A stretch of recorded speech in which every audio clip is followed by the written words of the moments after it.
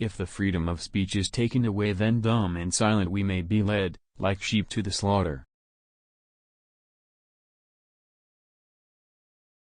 Truth will ultimately prevail where there is pains to bring it to light. It is far better to be alone, than to be in bad company.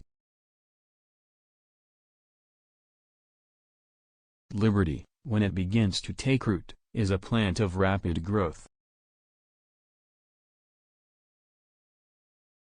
To be prepared for war is one of the most effective means of preserving peace.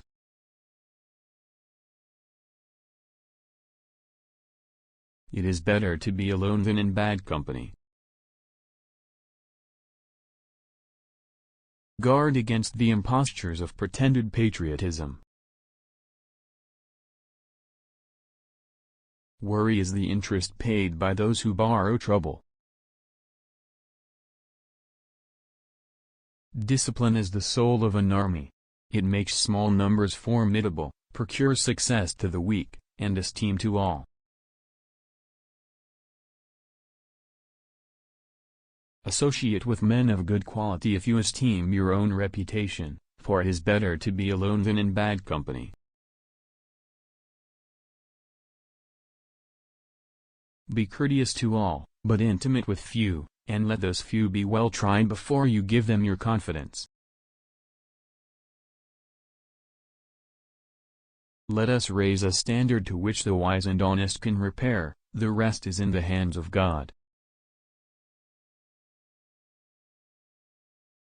The Constitution is the guide which I never will abandon. Observe good faith and justice toward all nations. Cultivate peace and harmony with all.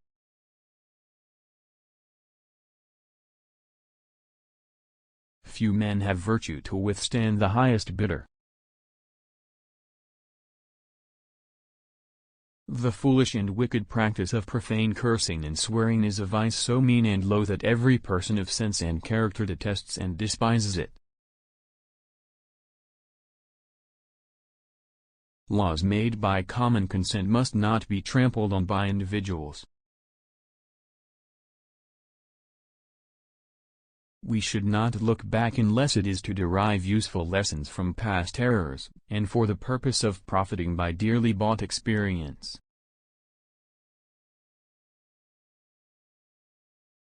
The alternate domination of one faction over another, sharpened by the spirit of revenge natural to party dissension, which in different ages and countries has perpetrated the most horrid enormities, is itself a frightful despotism. But this leads at length to a more formal and permanent despotism.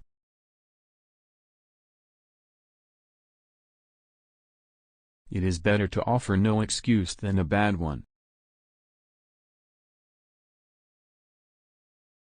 Labor to keep alive in your breast that little spark of celestial fire, called conscience.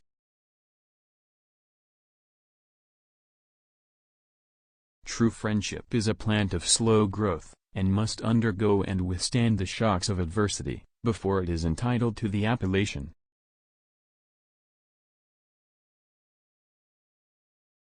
Let us with caution indulge the supposition that morality can be maintained without religion. Reason and experience both forbid us to expect that national morality can prevail in exclusion of religious principle.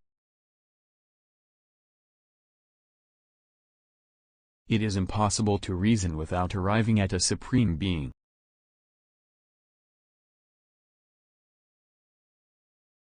I hope I shall possess firmness and virtue enough to maintain what I consider the most enviable of all titles, the character of an honest man.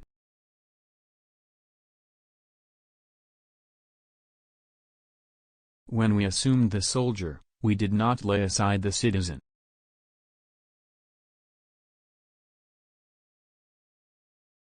My observation is that whenever one person is found adequate to the discharge of a duty, it is worse executed by two persons, and scarcely done at all if three or more are employed therein.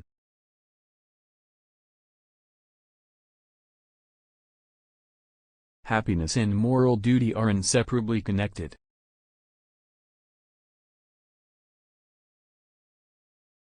it will be found in unjust and unwise jealousy to deprive a man of his natural liberty upon the supposition he may abuse it.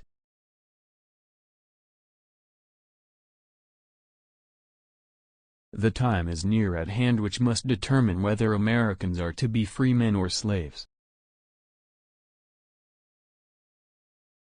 The basis of our political system is the right of the people to make and to alter their constitutions of government.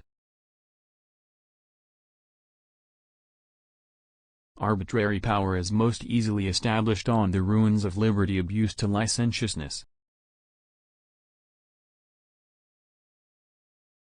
Someday, following the example of the United States of America, there will be a United States of Europe.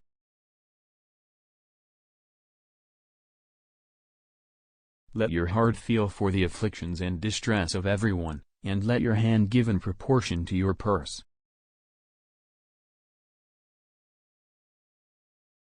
My first wish is to see this plague of mankind, war, banished from the earth. A slender acquaintance with the world must convince every man that actions, not words, are the true criterion of the attachment of friends. Let your discourse with men of business be short and comprehensive. I beg you be persuaded that no one would be more zealous than myself to establish effectual barriers against the horrors of spiritual tyranny, and every species of religious persecution. Mankind, when left to themselves, are unfit for their own government. I walk on untrodden ground. There is scarcely any part of my conduct which may not hereafter be drawn into precedent.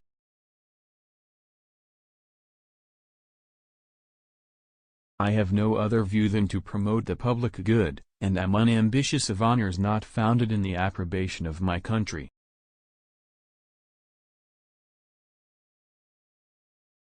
Experience teaches us that it is much easier to prevent an enemy from posting themselves than it is to dislodge them after they have got possession. If we desire to avoid insult, we must be able to repel it. If we desire to secure peace, one of the most powerful instruments of our rising prosperity, it must be known that we are at all times ready for war.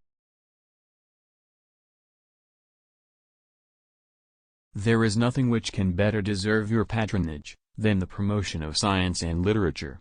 Knowledge is in every country the surest basis of public happiness.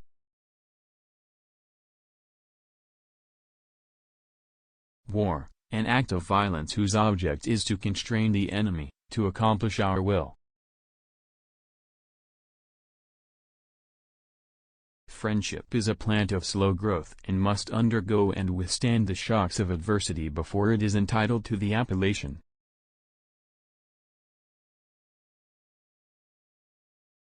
I am persuaded, you will permit me to observe, that the path of true piety is so plain as to require but little political direction.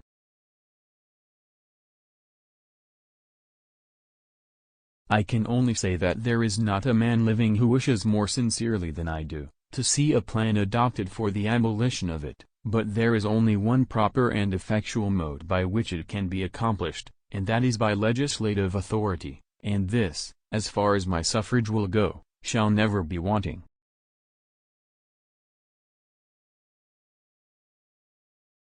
Bad seed is a robbery of the worst kind, for your pocketbook not only suffers by it, but your preparations are lost and a season passes away unimproved.